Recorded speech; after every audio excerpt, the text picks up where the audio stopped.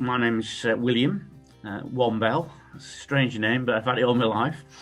I'm 55 years old, coming up 56 in January. By background, employment-wise, I've been in accounting, accountancy, bookkeeping, all that sort of stuff, purchase ledger management in a number of industries over the years. Regrettably, I'm only part qualified, but that's the way things are in my life. I'm single. And I live alone.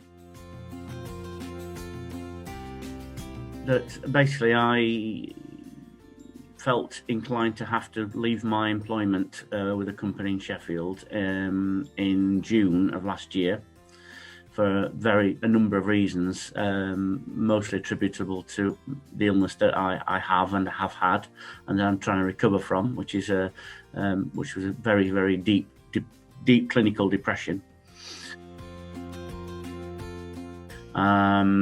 And I was just basically working with Mind. I referred myself to Mind for some informal and then a series of formal counselling. And at one of their informal sessions it would be, say, July, August or August, September last year, Hazel from Yes to Ventures just turned up out of the blue at the open meeting that we had like a support group, which was on Hanover Way, or was last year. Introduced herself, and I said, well, yeah, in for a penny, in for a pound. I hadn't heard much about Yes to Ventures or what they did, but obviously it was a quick learning curve, and I found out exactly what they did, and I was very, very grateful that they came along when they did. They encouraged me. Initially it was just somewhere to go to spend time when I was down, just to go and have a cup of coffee and use their internet and their facilities, just to pass some time really, and just to keep myself in the company of other human beings, 2 or 3 days a week.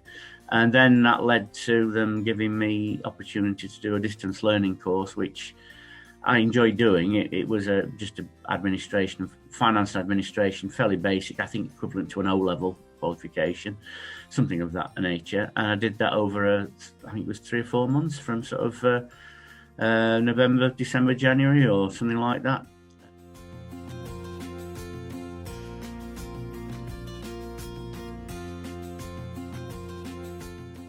I felt very much listened to. I felt that I wasn't the only one in that situation. I knew that I'd got a diagnosis, and I still am. I was extremely clinically depressed at times. And I just think Mark Powell and all his team at Yes to Ventures, Hazel and Ollie, he's no longer there, but the whole small team, they are remarkable in that they just support you. They pick you up when you're at a particularly low moment, when you're at a low time. They sort of metaphorically put an arm around your shoulder whilst, weighing up just exactly what your own needs are and, how far to go with that. And they get the balance just about right in terms of a practical approach to supporting you with, as I say, your mental challenge to actually do something, get the grey cells working, but putting that into context of the mental anguish that you're going through. And they judged it absolutely right. They believed in me, and they ultimately got me some work, which at the time I wouldn't have been in a position to even apply for. I wasn't well enough to even think about any sort of work, really. When I'm focused and I'm buzzing, which is quite often, and in most of the roles I've had, I'm absolutely fine. But when I'm down through the floor, it's grim. Mark and his team picked me up on that, and as well as doing the course, I did a bit of voluntary work at the time, but I also was introduced to Viewpoint in Sheffield, which is a community interest company, and that was referred through Mark. And I'm still working part-time with them, and that was December last year. I was working in the office January, February, March, part-time. I'm on a benefit, which means that at the moment I can only work part-time anyway, and if that stops, we'll review it. If it doesn't stop, well, it doesn't stop. I have no control over that. We take every day as it comes, but through Mark and his contacts and through Viewpoint, which I believe Mark was one of the people who helped set that up 10, 12 years ago, something like that. They've been, a godsend, and I've had work at home.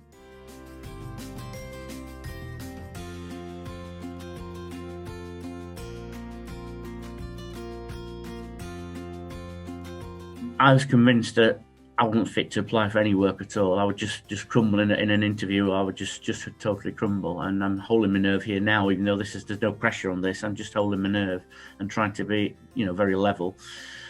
And Mark said, look, it's nothing like your background, but you're articulate, you are pleasant to speak to, and you can hold a good, strong conversation with people that you don't even know.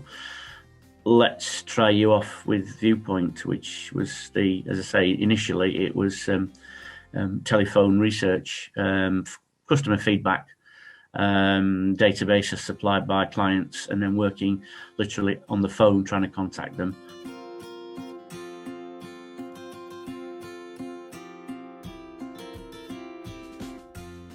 It was the moment that Mark said, we'll give you a trial for some work. I did the trial. I did a couple of days with them in December, and then a couple of days in January. And then throughout the summer, I've had between 12 and 15 hours a week, which has been great. And it says guaranteed so many hours a week, which is, Alistair he's been true to his word throughout. I couldn't ask for a more honest and straightforward person to be associated with, and my colleagues who I work with, and they have their own challenges as well, and it's just a godsend. And it was that moment that that Mark said, you'll work again, you will get work, we'll get you something, we'll help you to get something. And it's been an uphill challenge, but we've stuck at it, and I have had work every week throughout the COVID crisis.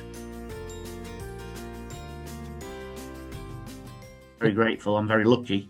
I'm very lucky. I look back and I'm lucky. You should never look back only to see how far you've come.